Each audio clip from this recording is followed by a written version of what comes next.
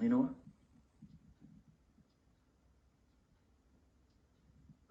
I'm not leaving. I'm not leaving. I'm not fucking leaving.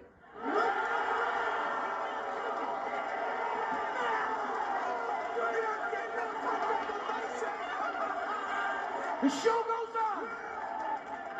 That's the real fucking bat signal that we need. That's the one we need. I'm not fucking leaving.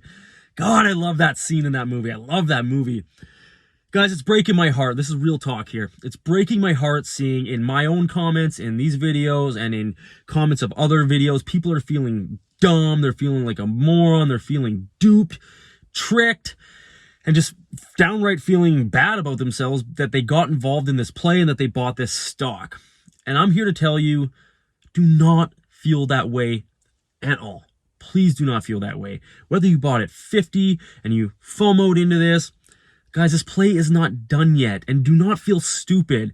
There is very, very, very, very real evidence and a high, I don't know if I should say high, I don't know if that's the correct term, but in my opinion, there's a very likely probability that this could happen because the setup is there. It's not guaranteed. I'm going to be real with you guys. Some of you are not going to like hearing that, but no short squeeze is guaranteed. Nothing is guaranteed, actually. But the setup looks really fucking good. So do not feel dumb. The two most important, the two critical factors required in a short squeeze are, one, an ownership of the float, and two, an above average short interest percentage of the float. Well, we have both of those things. So you have no reason to feel dumb. We apparently now own 90% of the float, the retail does. So we have cornered the market. Mission number one, we own the majority of the float. And there is a very high percentage of short interest. Like to give you perspective, like we're sitting around 20% right now. Yeah, we have a big float, but Volkswagen, arguably the biggest squeeze of all time, only had a 12.5% short interest when it squeezed. So don't feel stupid, okay? There's a lot of evidence and a lot of due diligence. We're very lucky in this community. We have a lot of smart motherfuckers who have done and put in their work and have presented a very strong case for this happening. I mean, the numbers are there. The evidence is there. So do not feel stupid. This thing is not done yet. I've said it in a video before. I got into this thing as kind of a fundamental play because I'm naturally a very skeptical person. I got into it with like, yeah, short squeeze, yeah, it's not like, but whatever. I looked at it like, hey, you know what? I'm buying this thing at $5 because I bought it in January 2021. And into some of February 2021, I'm buying this thing at $5. I see it as like a 15, maybe 12 to 18, $20 stock post-pandemic. And when people are coming back to the theaters, it was just in phone storage. It's killing me. It's killing me. I need to buy a new phone after this squeeze.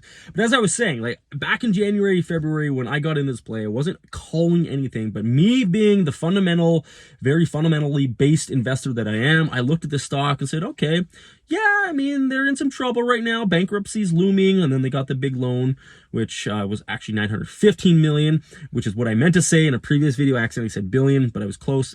Well, I was close to the number. I said 900, but I said 900 billion by accident, but it was 915 million. Anyways, I didn't know, but I looked at it like, yeah, there's a probability of this company going bankrupt. But then once they got the loan, I was like, you know what? Cool. Like, I'll take a stab at this. I mean, a short squeeze could happen. It could. I hadn't done a lot of research in it yet, but it could happen. I figured whatever. But if it didn't, I wasn't worried because I looked at it as like a $12 to $18, $20 stock post-pandemic anyways, which is basically where we're at right now.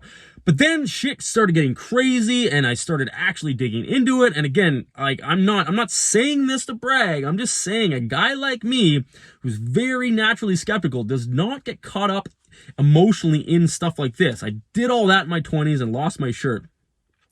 So it's not easy for me to get involved in something like this, but here I am. I am like balls deep in this thing. I truly, truly, truly believe there is a high probability of this thing squeezing. Again, not guaranteed. However, the setup is there, and I am going to see this thing through thick or thin. That's basically what I've been doing for the last year and a bit now anyways. But I'm not giving up. I'm not fucking leaving. And, you know, do what you want. This is not, I guess the first time or one time I'll say this is not financial advice. Do what you want, but I don't think you should leave either. And I don't think you should feel bad. You definitely should not feel like a moron.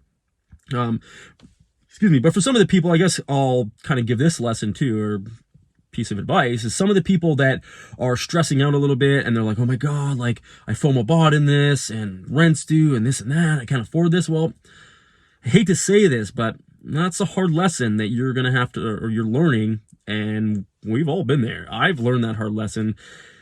And basically the lesson is you should not put more money, especially a speculative play.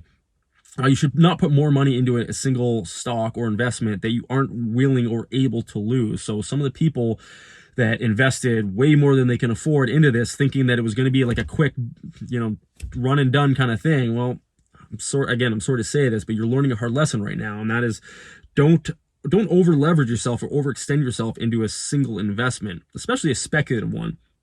And I'm not saying that to shame you. Like, I have been there myself. I have lost lots of money in my early 20s betting on stocks. And that was kind of like a big mindset